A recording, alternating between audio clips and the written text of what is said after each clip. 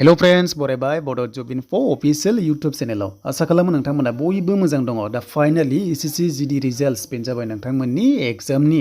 बेनिफ्राय फिजिकल टेस्टनि थाखाय सोर सेलेक्ट जाखो नोंथांमोना कमेन्ट्स खालाम दा सेलेक्ट जाबाय मानोना गोबां बिजौ दंमोन बिनि थाखायनो खालामनायासै भिडिअखौ थाबनो अब्लाबो WhatsApp ग्रुपआव नोंथांमोननि रिजल्ट शीटखौ हरनाय जाबाय स' नोंथांमोना चेक खालामदो एन्ड बेनिफ्राय जायफ्रा मोनबाय स' नोंथांमोना कमेन्ट्स खालाम सेलेक्ट जानायफोरा आरो नोंथांमोननि फिजिकल टेस्टआ जागायसिगोन एप्रिल 15 निफ्राय स' बिदिब्ला जों थांगोन अफिसियेल वेबसाइटआव बेनिफ्राय साइटआ गोबां बिजि जागोन मानोना गोबां अल इन्डिया रिजल्ट्स नायगासिनो दङ दा बेखायनो आं फैबाय अफिसियेल वेबसाइटआव बेनिफ्राय लेटेस्ट निउज 8 एप्रिल बेयावनो नोंथांमोना क्लिक खालाम बेनिफ्राय साइटआ गोबां बिजि जादों स' नोंथांमोना बेयाव ट्राइ खालाम सार्भारा बेबायदि डाउन जागोन अब्लाबो आङो डाउनलड खालामखानाय दङ बेखायनो जोङो फै डाउनलड थांसै आं डाउनलड खालामखानाय दङ एन्ड बेयाव थांनानै जोङो रिजाल्टखौ नायसै बेसेबां काट अफ थांखो स' बे जाबाय PDF फाइल दा नोंथांमोननि रिजाल्ट माखासे काट अफनि स्टेट वाइसआव बेसेबां थांखो STआव बेसेबां थांखो जेनेरेल एरिया एबा बर्डार एरिया जों बेखौ नायगोन दा बेखायनो नोंथांमोना जायफ्रा सेलेक्ट जाबाय कमेन्ट्स खालामनो दाबाव एन्ड बेनिफ्राय फिजिकल टेस्ट मोजाङै खारबानो जाबाय एन्ड बेनिफ्राय फिजिकल टेस्टआव पास जायोबा नोंथांमोनखौहाय मेडिकेल टेस्ट लागोन एन्ड बेनिफ्राय नोंथांमोननि साख्रि जागोन स' बिदिब्ला बेयाव माखासे रिजार्भेसन वाइस दङ बेनिफ्राय पार्सेन्ट सिस्टेम होदों जोंनो बेखौ नांला जों डाइरेक्ट नायसै स्टेट वाइसआव फिमेल मेल बेसेबां काट अफ लांखो एन्ड जायफ्रा NCC दङ नोंथांमोना एक्सट्रा बेबादि नाम्बार मोन्दों आरो बे प्लास जानानै नोंथांमोना मोजां नाम्बार मोन्दों आरो सेलेक्ट जादों स' बिदिब्ला जोङो नै बेयाव माखासे जोङो NCB दङ बेनिफ्राय SSF दङ बेयाव काट अफआ गोजौ थांदों मानोना बे जाबाय सेन्ट्रेल हिसाबै लायो कन्टिनिउ काट अफ लायो बेबादि स्टेट वाइसआव फैयाखै एन्ड बेनिफ्राय स' बेखौ दोननानै जों दानिया नायनोसै माखासे जेनेरेलाव बेनो जाबाय SSB VSF CRPFआवहाय स' बिदिब्ला नोंथांमोना बेयाव नायनोसै फैदो दा बे जाबाय जोंहा माखासे डिटेल्स एन्ड बेनिफ्राय बे PDF फाइलखौ नांगौब्ला डिसक्रिप्सनाव दङ नोंथांमोना डाउनलड खालाम दा अन्ध्र प्रदेश होनोब्ला 88 केन्डिडेट्स एभेलेबल मोन्दों जेनेबा हमना ला EWSआव एन्ड बेनिफ्राय काट अफ थांदों 59 स' जोंनो बेखौ नाङा जों नायगोन आसाम देन आसाम फैबाय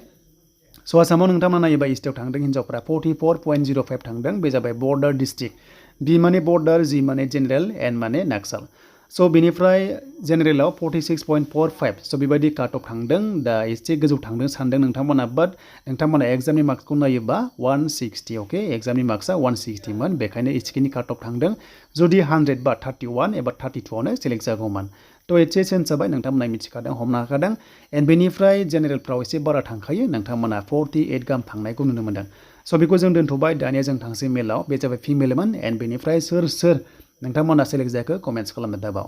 स' बिदिब्ला जों नायसै गाहायाव नोंथांमोना गाहायाव फैनांगोन स' गाहायाव फैनाय लोगो लोगो जों मेलखौ मोनगोन दा हमना ला बेबायदि मोनगोन देन जों नायनोसै फैदो दा नोंथांमोना फिजिकेल टेस्टआव पास खालाम बेनो जाबाय 5 किल'मिटार खारनांगोन 24 मिनिट्सआव हौवाफोरा हिन्जावफ्रा 1600 मिटार्स 8 मिनिट 30 सेकेन्डआव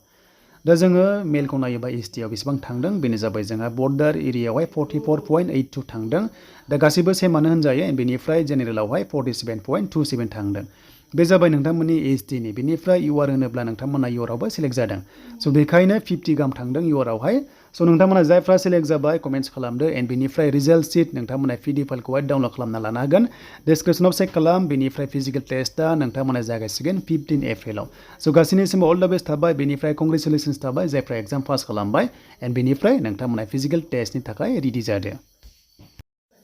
स' बेनिफ्राय रिजाल्टखौ बोरै नायगोन होनोब्ला बेबायदि नाम बेनिफ्राय रल नाम्बार फैगोन अके बेखौहाय नोंथांमोना PDF फाइलखौहाय डाउनलड खालाम डिसक्रिप्सननिफ्राय रिजाल्ट शीटखौहाय बेनिफ्राय गोबां दं नालाय स' बेखायनो बे सार्च मोनसे अपसन मोन्दोंना बेयावहाय नोंथांमोना गाव गावनि नामखौहाय लिरनानै सेलेक्ट खालामनो हागोन हमना ला टाइटेलखौ होदो बा नोंनि नामखौ होदो बा दङबा जाबाय क्वालिफाइड जुदि गैयाबा जायासै जास्ट बेनो आरो जास्ट जों एग्जाम्पल दास लिरबाय देन दास लिरनाय लोगो लोगो दास लिला बेबायदि ओंखारखागोन स' नोंनि नामखौ सार्च खालाम अब्लानो मोनगोन स' बेनोमोन नोंथांमोननि रिजाल्ट नायनाय सिस्टेम एबा नोंथांमोननि चेकिं सिस्टेम